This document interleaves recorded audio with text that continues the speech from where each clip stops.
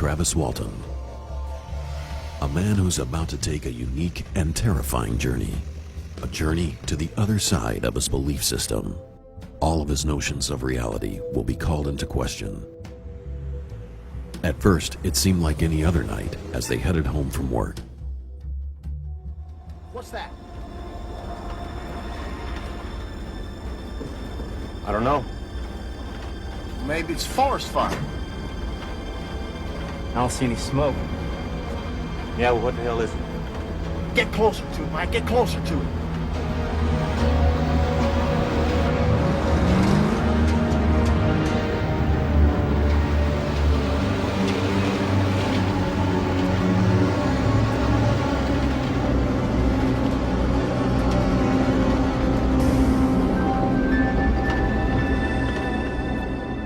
What we saw was not that far away. I mean, we could see this thing. It was clear, it was distinct.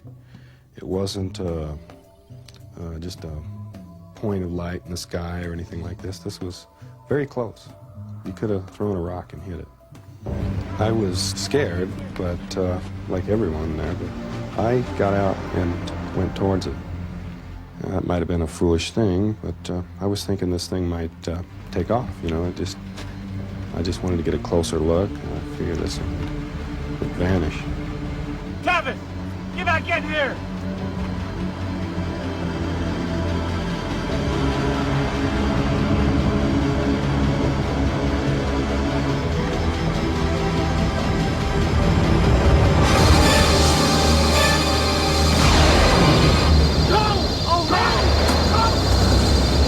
Did you see what happened to him?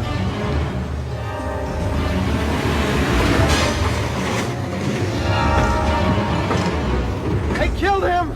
They're gonna kill us too! Shut up! Bobby, just shut up! We gotta go back. No way, Mike! Are you crazy? After we'd put maybe a quarter of a mile distance between us and it, I suddenly realized what we had done, and I realized that our friend was back there, that I'd left him there. So I stopped the truck, and several of them didn't want that at all. And I says, well, we have to go back. He could be hurt, obviously is hurt, and we can help him.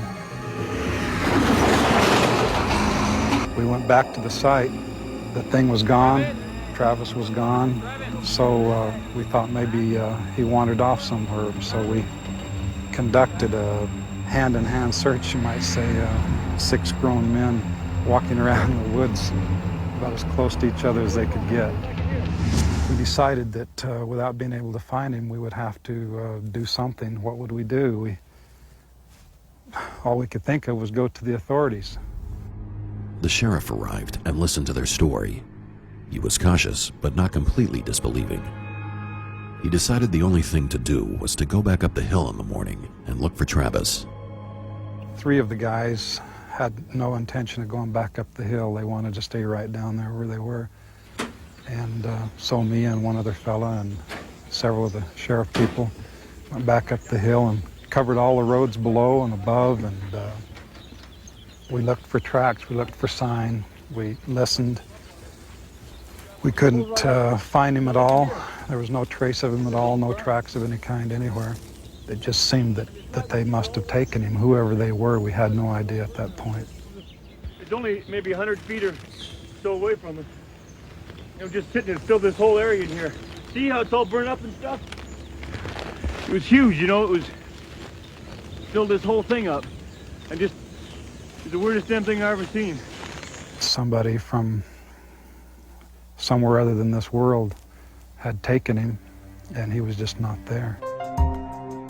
Mike Rogers and the sheriff went to inform Walton's mother that her son was missing. I'm sorry. I left him. I didn't know what to do. I'm sorry. All through that night and the next several days, it was incomprehensible. We could not understand what had happened. It just didn't sink in. Something had happened, something odd had happened. We didn't know if it was terrible, whether it was great, we didn't know, but it's something that we couldn't understand that happened, and it was very traumatic, very traumatic, the most traumatic event that I've ever encountered.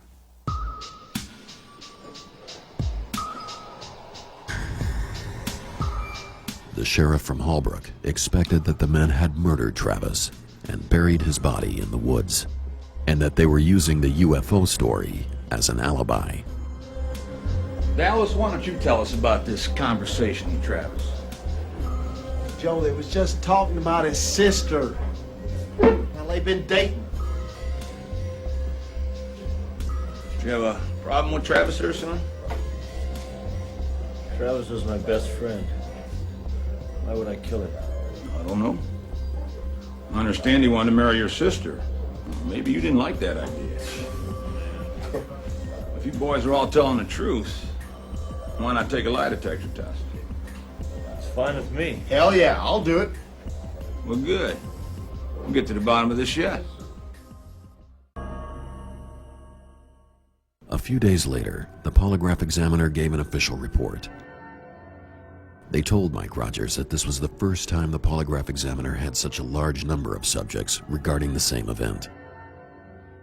He said his findings positively proved the men did see something they believed to be a UFO. No. Did you see spacecraft? Yes, I did. Later, Travis returned with a remarkable story. When I felt the numbing shock, I blacked out, and the next thing I knew, I regained consciousness. Not quickly, sort of gradually. My head wasn't real clear. I was in a lot of pain. I was laying on my back. I didn't know where I was. I remembered what had happened in the woods as I was regaining consciousness. I was trying to figure out what I was and what was going on. Maybe I was in a hospital or something, that I'd been hurt.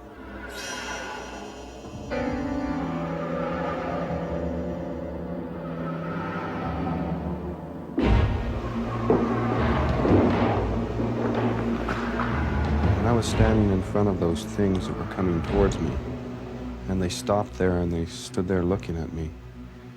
These huge eyes just seemed to just look right through me.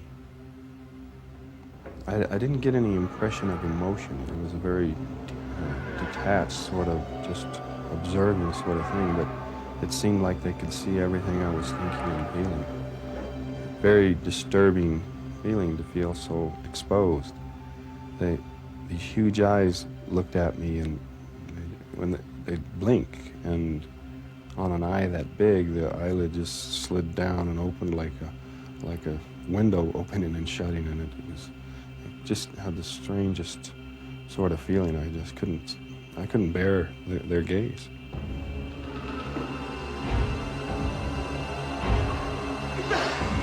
Get back!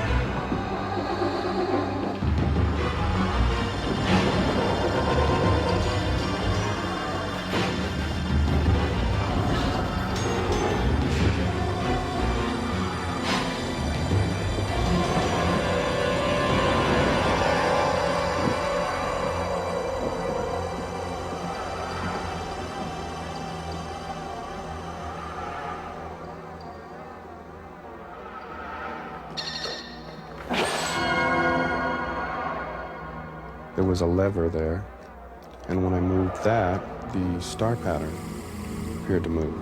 That kind of disoriented me for a minute because, it felt like I was moving kind of for a second, because this was, to have everything suddenly shift like that. But I figured I'd better quit messing with that. You know, I had by that time surmised that I was in some sort of craft and connected it to what had happened before and figured I might crash this thing or something.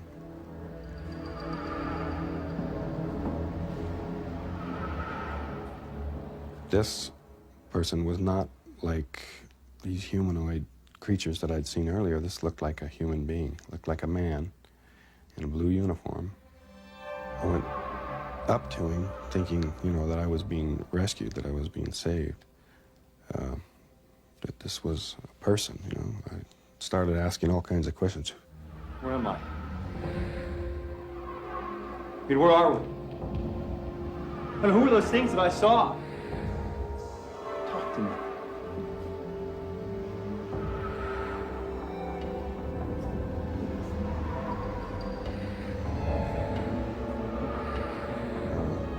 Went through some doors, down a hallway, to another room. What are you guys doing?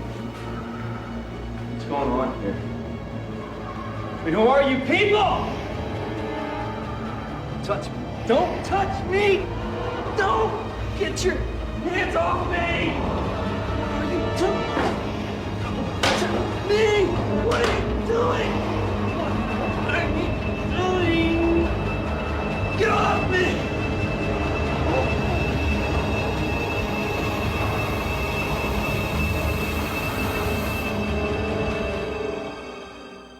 5 days had passed before Travis returned. He was asked to take a lie detector test.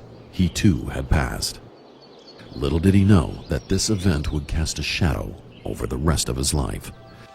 The thing that has brought more frustration and pain into my life as a result of all this happening is the fact that people can't see me anymore, me as a person.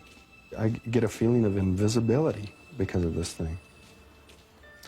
Every contact I have with people is filtered through the distorting lens of something that just happened to me 15 years ago.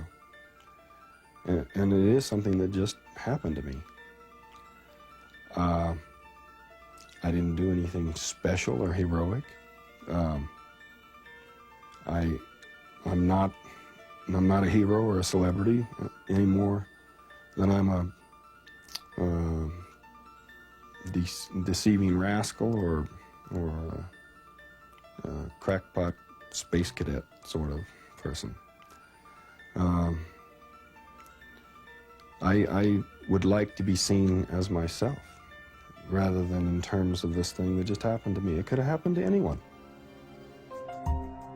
All of the woodsmen moved away except Mike and Travis.